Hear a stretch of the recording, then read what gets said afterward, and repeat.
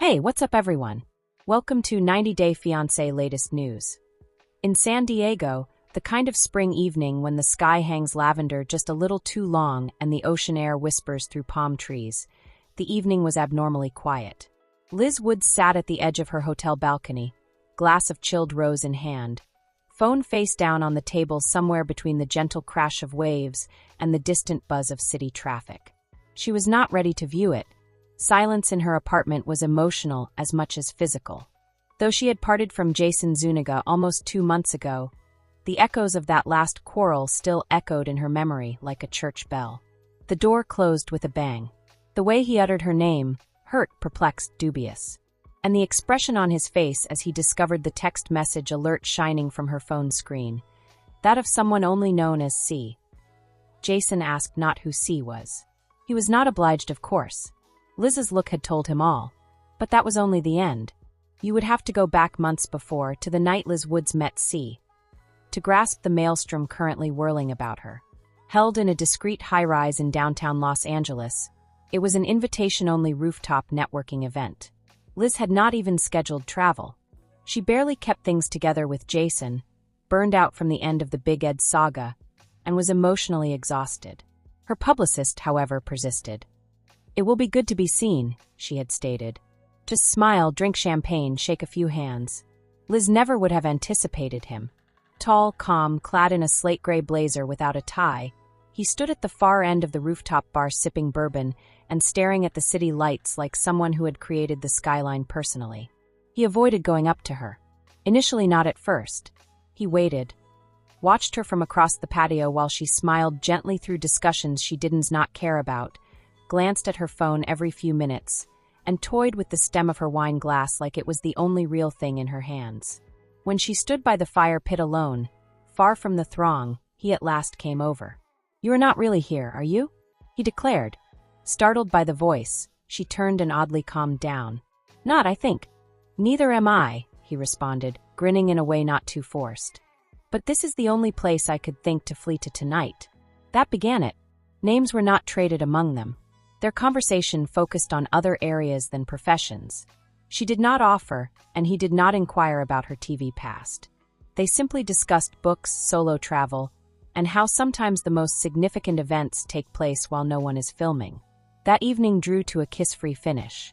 No shared numbers, just a fleeting hand stroke and the knowledge that something permanent had changed. Liz developed restlessness throughout the next few weeks. Jayson picked it out. She put down her dinner cooking session, began spending 3 hours on walks. Her phone was usually just out of reach, yet it was always close enough to buzz with silent alerts she omitted. After that came the business card. It arrived in a sleek white envelope without notes. Only his name, Christian, with a private number and an embossed gold insignia Liz did not identify. It seemed weird, cinematic, risky. Their first meeting again was in a private beach house north of Malibu. The kind of location devoid of a street address where the windows faced just water and cliffs. Not champagne, Christian welcomed her with coffee. No staff members. No pretense. They discussed everything and nothing for hours. And then, at last, he leaned in and planted a kiss on her when the sun had painted the sea orange and shadows stretched long across the deck. One did not hurry about it. It was not hurried. It was quiet, deliberate, like if he were waiting for her to exhale before he moved. That evening she left her house. Jayson waited in San Diego once more. He emailed. He answered on the phone. He urged himself not to start to panic. Still deep inside, though, he knew returning the following day with a 1,000-yard glare and a bag full of apologies, Liz she attempted to present herself as normal. She had changed, though, something about her. She might be both lighter and heavier at will. A lady tormented by a fact she wasn't ready to own. She reminded herself that was only one-time error. A dream related to fever. But it wasn't as such. The conferences went on. Secret dinners in eateries open to members only. Drives without direction toward the coast. Days when she told her manager she was recharging. But in fact she was caught in bedsheets and silk robes listening to Christian tell stories about art and ambition and the weight of fame he had decided to reject. He never requested for pictures for social media. Never started snapping selfies. Tell her not to tag him.